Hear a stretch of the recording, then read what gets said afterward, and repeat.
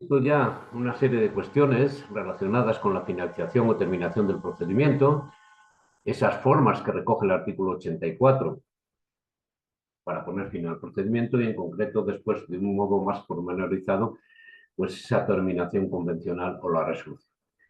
Vamos a ver ahora lo relativo al desistimiento y a la renuncia que aparecen seguidamente contemplados en la Ley de Procedimiento Administrativo para ver cuestiones muy concretas referentes a... Bien, pues sabemos entonces que dentro de las formas de financiación del procedimiento administrativo, una de ellas es el desistimiento y otra la renuncia. El artículo 93 hace referencia al desistimiento por la administración. Primero que tenemos que tener en cuenta, desistimiento por la administración. Tiene que tratarse de procedimientos iniciados de oficio. En esos procedimientos la administración podrá desistir motivadamente, lógicamente, en los supuestos y con los requisitos que vengan previstas en la ley. Nos dice motivadamente. Entonces, en ese caso, acudimos al artículo 35.1, donde nos dice, entre otros, que será motivado con sucinta referencia de hechos y fundamento de derecho, los actos que acuerden el desistimiento por la Administración en los procedimientos iniciados. ¿De acuerdo? Bueno, ¿puede hacer desistir la Administración? Sí. ¿Cómo tiene que hacerlo? Motivadamente. ¿Cuándo? Pues los supuestos que en las leyes recojan esa posibilidad. ¿Y cómo tiene que hacerlo? Pues cumpliendo los requisitos que vengan establecidos en las correspondientes. Otra cosa distinta es el desistimiento y renuncia por los interesados. Bien, antes de nada, mirad, las dos son dos formas excepcionales de terminación del procedimiento que tienen efectos diferentes para el interesado. Mientras el desistimiento no es solo de esa petición concreta que hemos formulado en ese procedimiento, entonces, como se trata de esa petición concreta, subsiste el derecho del particular en el que se basa esa petición. Y, por lo tanto, la posibilidad de reproducir posteriormente en el futuro un nuevo procedimiento, instar un nuevo procedimiento. Sin embargo, la renuncia no. La renuncia se renuncia al derecho mismo, acabando pues de esa forma con la imposibilidad de volver a repetirlo. Si yo quiero instar un procedimiento de responsabilidad patrimonial, bien, pues puede llegar un momento que por determinadas circunstancias pues yo quiera desistir del mismo. Bien, desisto de ese concreto procedimiento. Pero si después, posteriormente, no ha prescrito ese derecho por el plazo de un año, puedo volver a ejercitar, instar un nuevo procedimiento. ¿De acuerdo? Si hubiese renunciado, habría renunciado al derecho, no al procedimiento concreto. Bien, pues entonces nos dice que el artículo 94, que todo interesado podrá desistir de su solicitud o cuando ello no esté prohibido por el ordenamiento jurídico, renunciar a sus derechos. Muy bien, hay determinadas circunstancias que la ley no permite renunciar a los derechos. Pongo por aquí que la renuncia solo podrá producirse cuando no esté prohibida por el ordenamiento jurídico. Lo que ocurrirá, pues, respecto de determinados derechos que tienen carácter irrenunciable.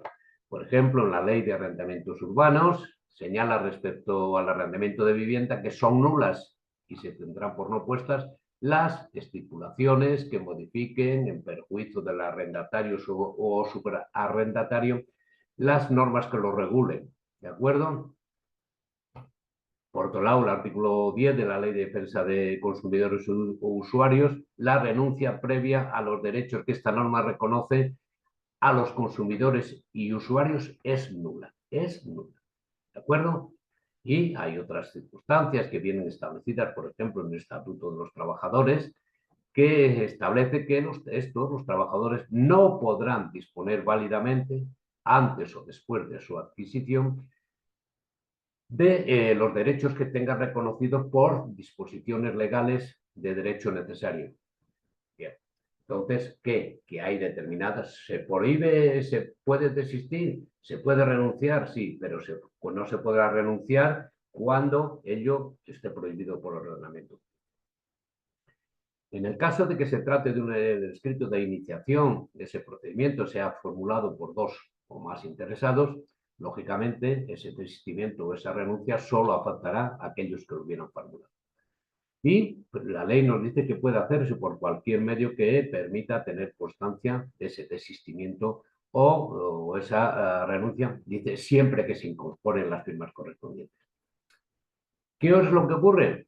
Pues en principio la administración aceptará de plano ese desistimiento o esa renuncia declarando que ha concluido el procedimiento. Cabe a esa excepción, salvo que la personación de terceros que insten la continuación del procedimiento en el plazo de 10 días desde la comunicación del desistimiento. Regla general, podríamos decir, aceptación de plano por la administración, declarando concluso acabado ese procedimiento, salvo que haya una personación de terceros que inste la continuación del mismo en el plazo de días desde que se le comunicó el desistimiento de la regla. E incluso cabe la posibilidad de que si la cuestión suscitada por ese procedimiento que se está tramitando entrañase un interés general o fuera conveniente sustanciarla para su definición y esclarecimiento, se pueden limitar los efectos a interesado, sus efectos derivados del desistimiento de la renta, continuándose el procedimiento. ¿Por qué? Porque considera que eso es importante, pues podemos decir, para el interés público. Es que esto es conveniente que se aclare de una vez cómo está esto, cómo está lo otro, entrañase un interés general o incluso que fuera conveniente sustanciarlo para decir esto tiene que quedar de esta forma. Bueno, pues entonces en su caso no, lo que dice la ley es que los efectos del desistimiento y la renuncia se quedarán limitados a esta interesado que ha desistido o ha renunciado. Pero vamos a seguirlo para llevar a cabo esto que nos pide la ley. ¿De acuerdo? Se puede, o sea, se debe continuar el procedimiento. ¿Por qué? Porque lleva consigo una cuestión de interés general o es conveniente concluirlo y dictar la resolución para la definición y esclarecimiento de los hechos. Ya hemos visto en otro sitio, en otro vídeo, además de forma amplia, el relativo a la caducidad del procedimiento. Esta caducidad supone la penalización del procedimiento por paralización del mismo por una causa que sea imputable al interesado. En principio, solo se puede dar en los procedimientos iniciados a solicitud del interesado, ¿de acuerdo? Y hay que tener en cuenta, que nos dice el artículo 95, que en los procedimientos iniciados a solicitud del interesado, cuando se produzca su paralización por causa imputable al mismo, ¿qué tiene que hacer? La administración tiene que advertir a ese interesado que transcurridos 3 meses se producirá la caducidad del procedimiento. ¿De acuerdo? Ahora tenemos que tener en cuenta una cosa, no toda inactividad del interesado producirá la caducidad del procedimiento. ¿Por qué? Porque nos dice la misma ley que no podrá producirse la caducidad por la simple inactividad del interesado en el cumplimiento de trámites siempre que no sean indispensables para dictar resolución. En este caso, si se trata de trámites que no son indispensables, lo único que se produce es la pérdida al derecho a ese trámite en concreto. Bien, pues entonces la administración lo que tiene que hacer es decir, oye, que tienes que realizar esto y no lo haces. Y esto es indispensable para la tramitación del procedimiento. Como no lo hagas, transcurridos 3 meses desde que se te produzca esta notificación, se producirá la caducidad del procedimiento. Bien, pues han pasado consumidos ese plazo sin que el particular, el interesado requerido, realice las actividades necesarias para reanudar la tramitación. ¿Qué es lo que tiene que hacer? La administración acordará el archivo de las actuaciones y notificando eso al interesado. ¿Y se puede interponer algún recurso contra esa resolución que declare la caducidad? Nos dice la ley simplemente que procederán los recursos pertinentes. Tenemos que tener en cuenta que la caducidad no producirá por sí sola la prescripción de las acciones del particular o de la administración. Bien, tú tienes, se ha producido la caducidad de ese procedimiento, pero, por ejemplo, en cuestiones de responsabilidad patrimonial, todavía tienes tiempo para iniciar un nuevo procedimiento, aunque se haya caducado, podrás instar la realización de uno nuevo. ¿De acuerdo? Ahora sí hay que tener en cuenta una cosa, que es que los procedimientos caducados no interrumpirán el plazo de prescripción. Es una cosa muy importante en este sentido. Bien, se ha producido, pero resulta que ese procedimiento ha caducado.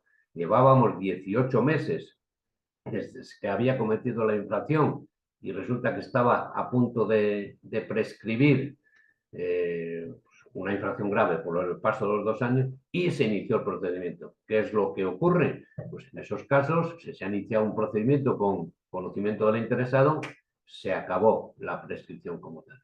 Pero suponeros que se tramita ese procedimiento que se ha iniciado, pero como consecuencia de ello, él mismo ha caducado por las circunstancias que sean.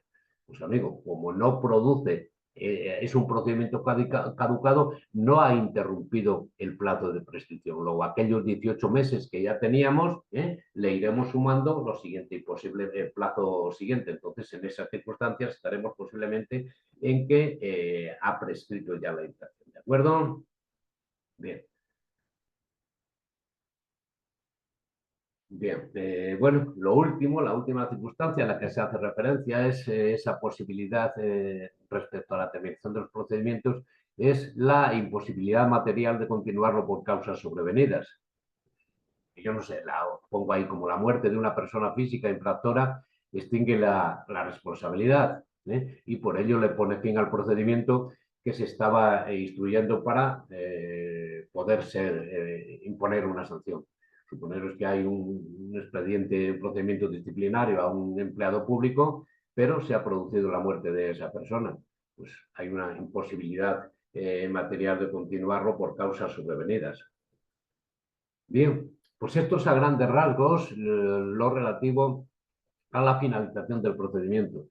Ya después de esto, ya fase aparte, lógicamente, es lo relativo a la ejecución. En el caso de que no se cumplan de la forma establecida, pues tendremos que acudir a lo que al respecto se establece en los artículos 100 y siguientes respecto a la ejecución de los procedimientos.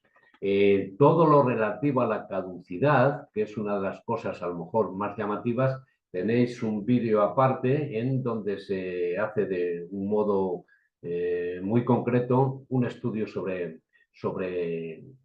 esa circunstancia que se recoge en el artículo 95. E incluso hay otro en relación con los procedimientos sancionadores. Bueno, pues que nos sirva esto para algo y salud.